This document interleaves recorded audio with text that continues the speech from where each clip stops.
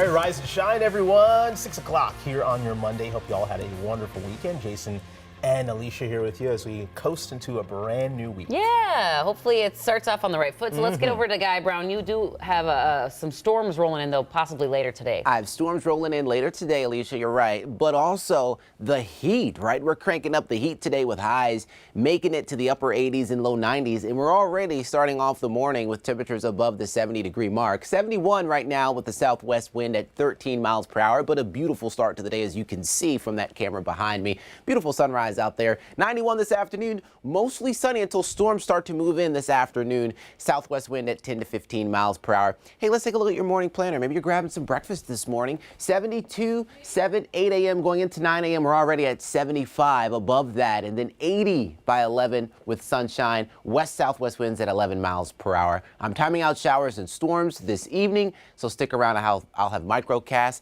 and a look at your extended forecast here in just a little bit. Alicia? Thank you, Guy. Let's give you a look at the roads as you're getting ready to head out the door. If you're coming from the Forest Lake, Columbus area, drive times on 35W and 35E look average just 12 minutes to get to 694. No crashes out there to slow you down. And before storms start rolling into your neighborhood, be sure to download our free KARE 11 weather app. You can get personalized forecasts and check the live radar no matter where you are. You can find this app wherever you purchase your apps, or you can scan the QR code you see on your screen.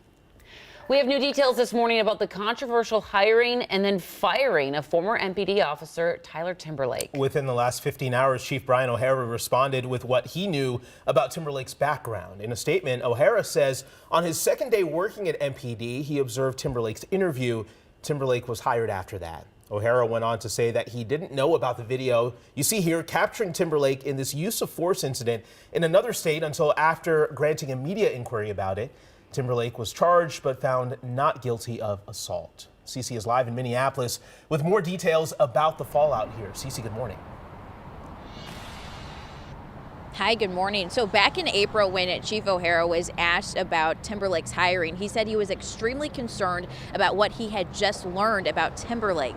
He then publicly commented about how he wasn't happy about Timberlake's history several times back in May. If you take a look here, O'Hara added in his statement from yesterday that he was, quote, hired to become the MPD chief in order to reform the department and restore faith and pride in the MPD patch. To imply that I had known about this video at the time of hire and later lied is false. But last week, when Timberlake was fired by MPD, Timberlake wrote in an email obtained by KARE 11 that Chief O'Hara personally interviewed him and approved of his hire after a full disclosure of events. The Minneapolis Police Federation put out a statement saying in that interview, Timberlake was assured by Chief O'Hara that he would be okay if he did good work.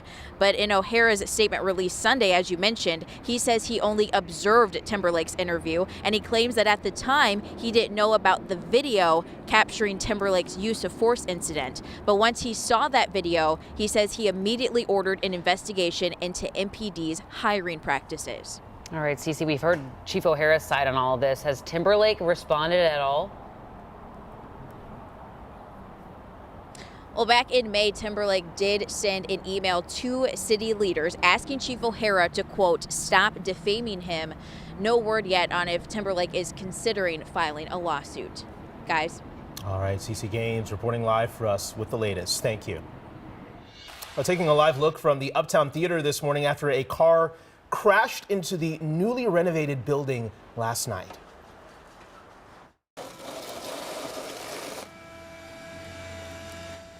Witnesses say a car was T-boned on Lagoon Avenue and then one car hit the building. Theater employees say no one was inside when it happened. We have reached out to police for more information.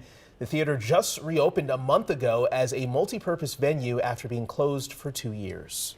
This morning, charges are pending for a driver accused in a deadly crash that left a woman dead and her husband in critical condition in Robbinsdale. It happened Saturday night. Officers say they tried to stop a speeding Tesla driving on 42nd Avenue North in the Highway 100 area. Police say the car took off after they activated their lights and sirens.